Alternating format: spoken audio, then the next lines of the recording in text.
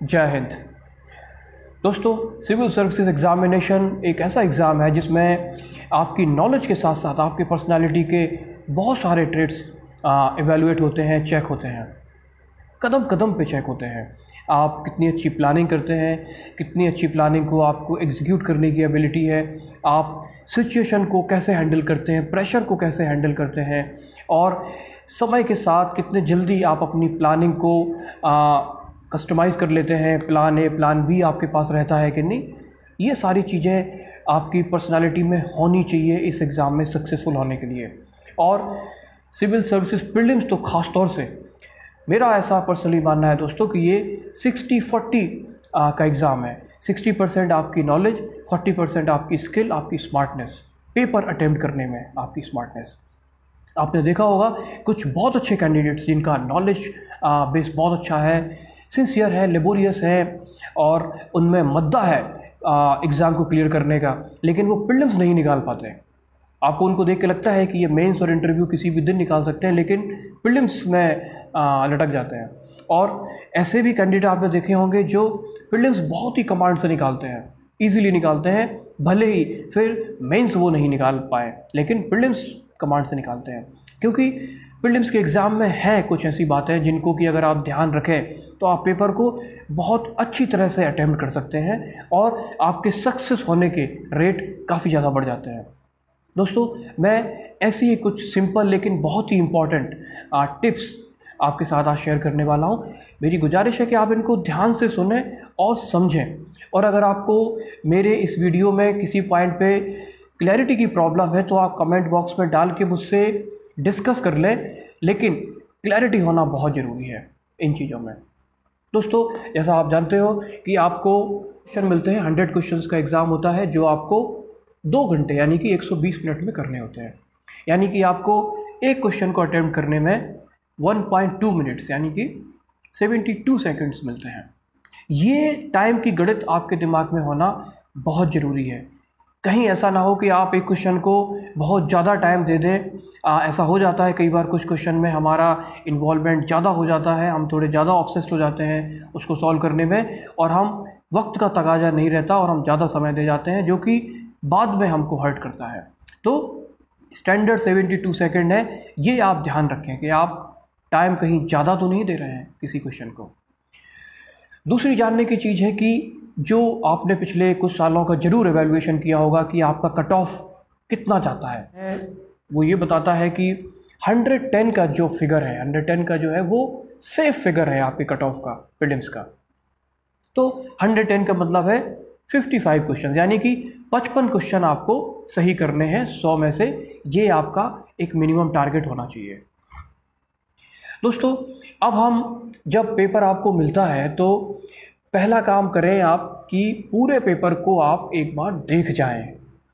ये करने में आपको सिर्फ 2 से 5 मिनट लगेंगे, लेकिन ये करना बहुत ज़रूरी है दोस्तों। देखिए क्यों। आपने 2 से 5 मिनट डिवोट करके एक बार क्वेश्चन पेपर को पलटा। अगर आप एक अच्छे कैंडिडेट हैं, आपने एक अच्छी तरह से तैयारी की है, तो आप समझ जाएंगे कि पेपर किस कैटेगरी का है।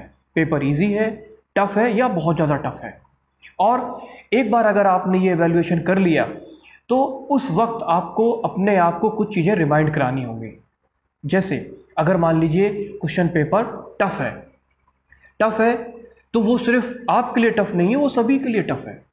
और इतना कॉन्फिडेंस आपको अपनी प्रिपरेशन पे होना चाहिए कि अगर मुझे टफ लग रहा है तो ये सबको टफ होगा।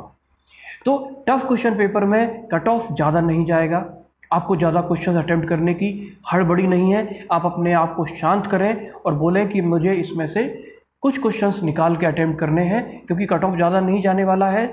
आपका दिमाग हल्का हो जाएगा।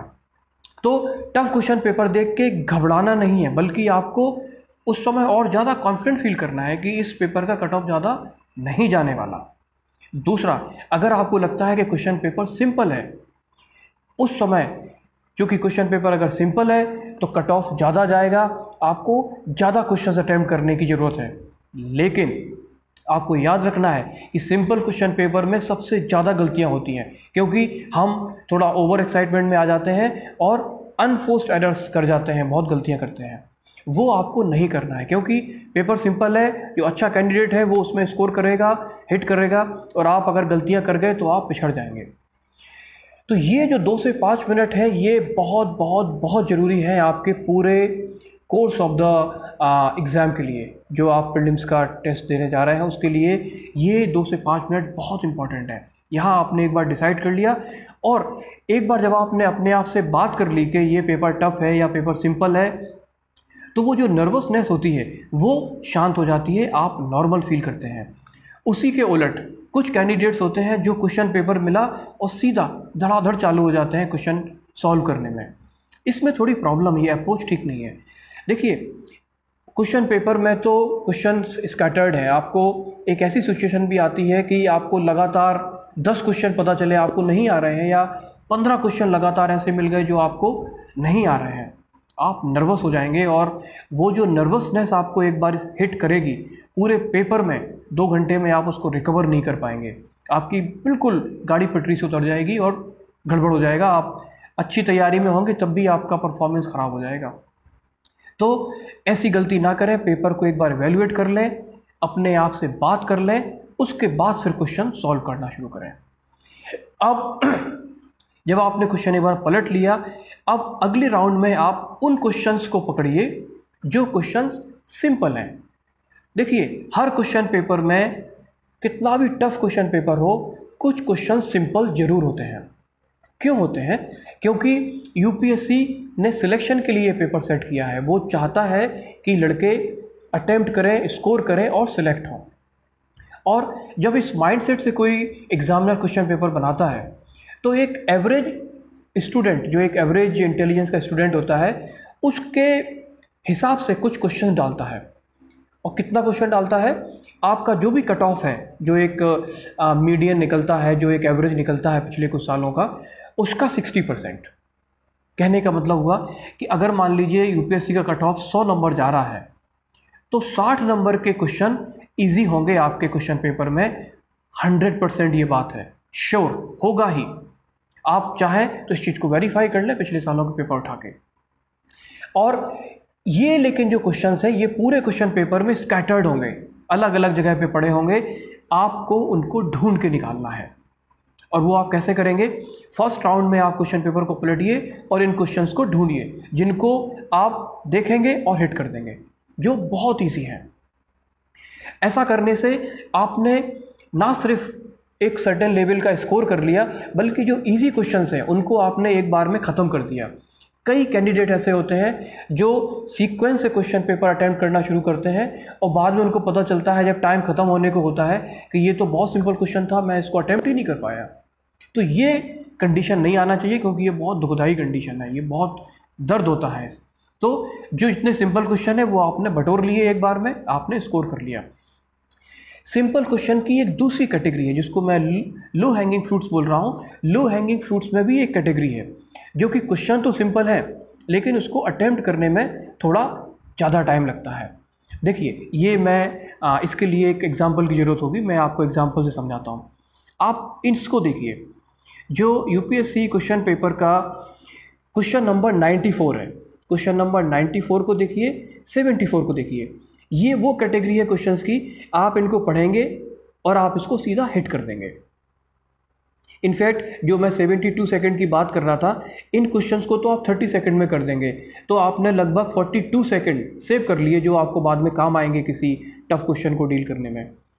अब आप देखिए क्वेश्चन नंबर 62 को और क्वेश्चन नंबर 72 को। ये दोनों क्वेश्चन भी ईजी हैं, लेकिन इनको करने में आपको इनको पढ़ना होगा, क्योंकि इसमें स्टेटमेंट के कॉम्बिनेशंस हैं। इसको कॉम्बिनेशन को बिठा के आपको जवाब देना है। यानी क्वेश्चन इजी तो है लेकिन इसको करने में आपको टाइम लगेगा। तो आप जो पहला राउंड ले रहे हैं जिसमें कि आप जो क्वेश्चन आपको आते हैं आपने उनको अटेम्प्ट किया है, इनको आप उस समय छोड़ते हुए आगे बढ़ जाएं। पहले राउंड में सिर्फ वही क्वेश्चन करने हैं जो 30 सेकंड वाले हैं, जैसा कि मैंने बोला आपको, क्वेश्चन नंबर 94 और क्वेश्चन नंबर 74। इन क्वेश्चन को आप कर जाइए। फिर दूसरे राउंड में आप इन क्वेश्चंस को करिए, जैसा कि क्वेश्चन नंबर 62 और 72 में आपको दिख रहा है। ये 2 राउंड करने के बाद आप एक बहुत ही कंफर्टेबल प्लेटफॉर्म पे आ गए हैं। आपको पता है कि आपने इस क्वेश्चन पेपर में जितने सिंपल क्वेश्चंस थे या जो एक एवरेज लेवल तक ले जाने वाले क्वेश्चंस थे वो आपने कर डाले हैं। और ऐसा करने से आपको एक कॉन्फिडेंस भी फील होगा और आपको जो नर्वसनेस है वो थोड़ी कम हो जाएगी।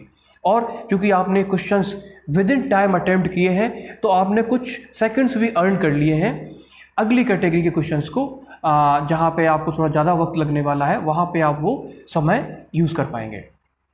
अब दूसरी कैटेगरी आती है उन क्वेश्चंस की जो आपने पढ़े हैं, आपने देखे हैं, लेकिन अभी आपको याद नहीं आ रहे हैं। तो अब दूसरे राउंड में आप इन क्वेश्चंस को अटेम्प्ट करना शुरू करिए, क्योंकि आपने चूंकि अगर कभी पढ़े हैं तो ये आपकी मेमोरी में पड़े हुए हैं, आपको इनको रिकॉल करना है। और रिकॉल करने के लिए आपका दिमाग का शांत होना बहुत ज़रूरी है, आपके कंपोजर का अच्छा होना बहुत ज़रूरी है। तो आपने फर्स्ट और सेकंड राउंड में जो क्वेश्चन कर लिए हैं, जो अर्न कर लिए हैं, उससे आपको एक कॉन्फिडेंस जो मिला है, जिससे आपका दिमाग शांत महसूस करेगा कि मैं अब एक लेवल पे हूँ। और इस सोच के साथ अब आप स्टेप 3 में जाइए और उन क्वेश्चंस को अटेम्प्ट करिए जहां आपको रिकॉल करना है। इन क्वेश्चंस को करने की एक ट्रिक होती है कि जो आपको ऑप्शंस दिए हुए हैं आप उनको एलिमिनेट करके उनको करना शुरू करिए, क्योंकि अगर आपने कहीं पढ़ा है तो आप क्वेश्चन को उनके आंसर के साथ कोरिलेट कर सकते हैं और आप एलिमिनेट करके आप सही आंसर तक पहुंच सकते हैं।